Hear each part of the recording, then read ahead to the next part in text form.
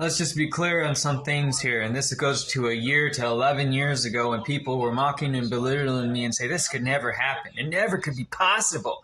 And then I look at the news today and I'm looking at those same motherfuckers who were talking ill of me and shaking my head. And it's like, I'm glad I'm not you right now, you stupid motherfucker.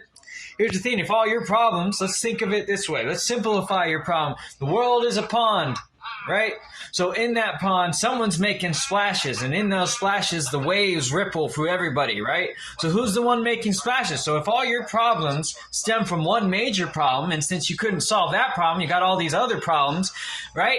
You're now stuck in this fucking loop of insanity, cultural insanity, I call it, because you're doing the same thing over and over, expecting the same fucking result, but you haven't figured out yet, governors, churches,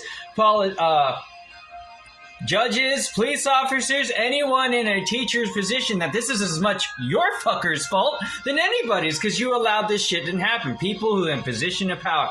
And why I relate this shit to the Titanic,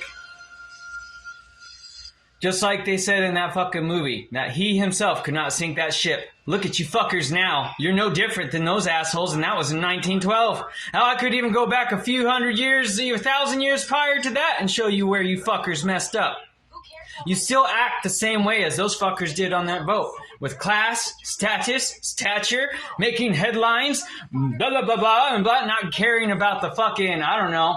How many people died in that ship? 1,500 that were stranded that didn't have the chance to get a lifeboat because your asses were fucking